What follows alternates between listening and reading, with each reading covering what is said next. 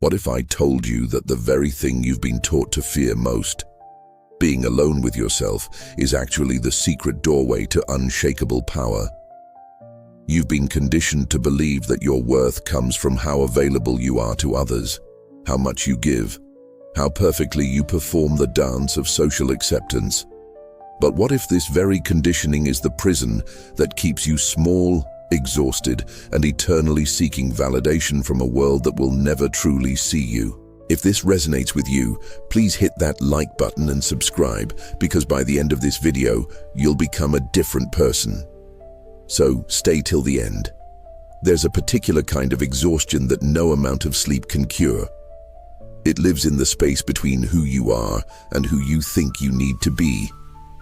It's the weight of carrying everyone else's emotions, expectations, and emergencies as if they were your own sacred responsibilities.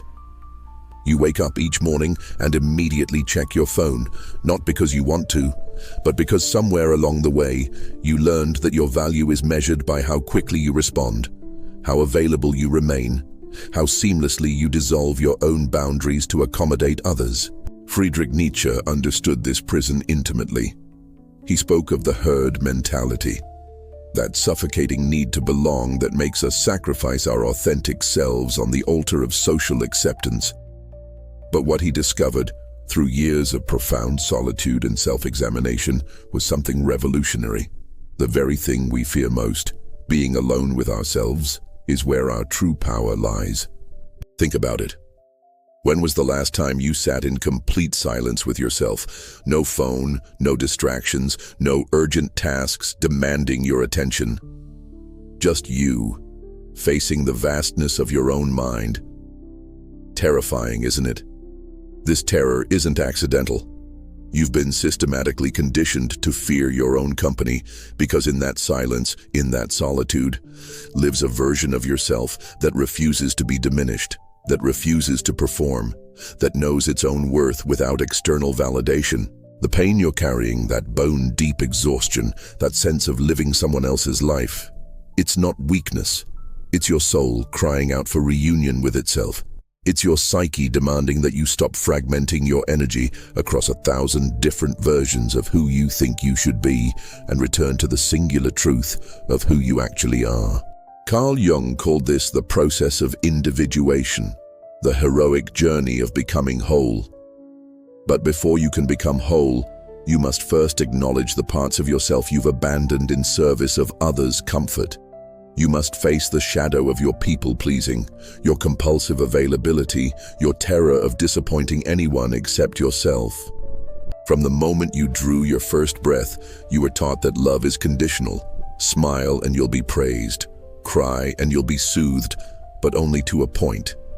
Express anger and you'll be labeled difficult. Show independence and you'll be called selfish. The message was clear. Your authentic self is too much, too little, too complicated for this world to handle. So you learned to split yourself into acceptable fragments. You created what Jung called a persona, a mask so convincing that you yourself forgot it wasn't your real face. This persona became your survival mechanism, your way of navigating a world that seemed to punish authenticity and reward performance. Nietzsche saw this clearly. He wrote, "One must have chaos within oneself to give birth to a dancing star." But society fears chaos. It fears the untamed aspects of human nature that refuse to be controlled, packaged, or commodified, so it teaches you to fear them too. You were taught that your worth comes from your usefulness to others. Your availability became your currency. Your boundaries became obstacles to overcome rather than sacred territories to protect. Your energy became a resource to be extracted rather than a precious life force to be stewarded. This conditioning runs so deep that even now, as you listen to these words, part of you might be thinking, but isn't it good to help others? Isn't it selfish to prioritize myself?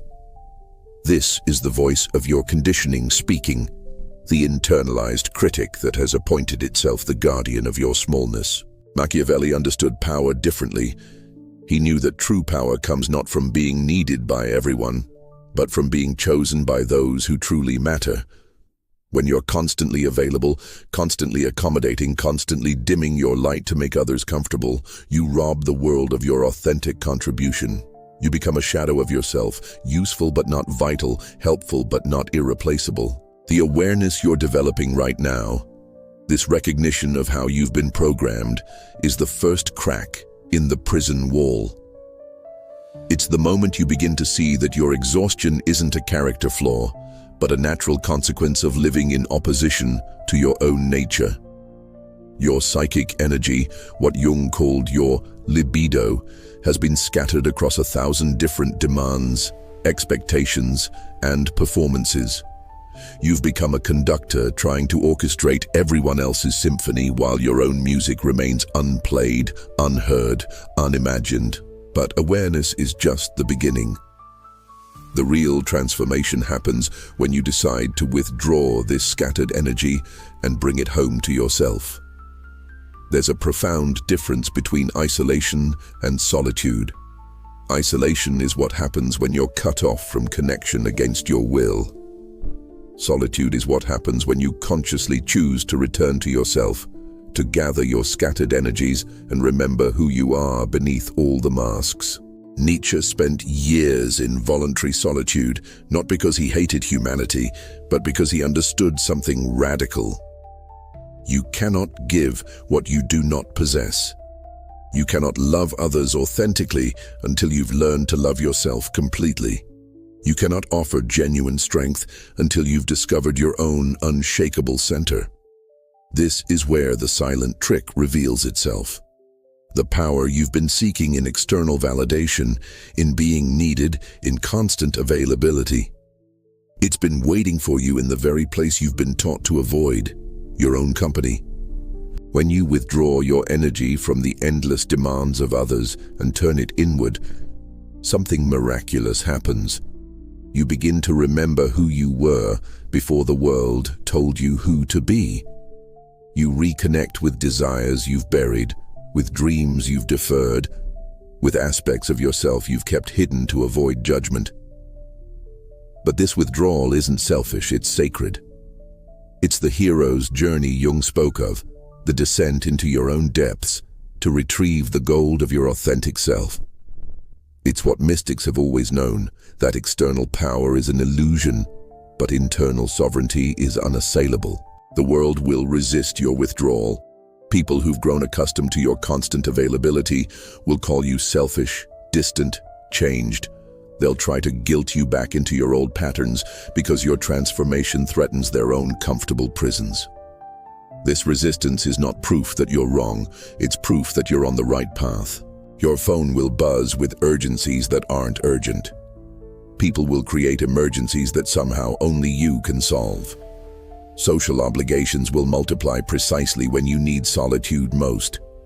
This is the world testing your commitment to yourself, seeing if you'll abandon your sovereignty for the familiar comfort of being needed.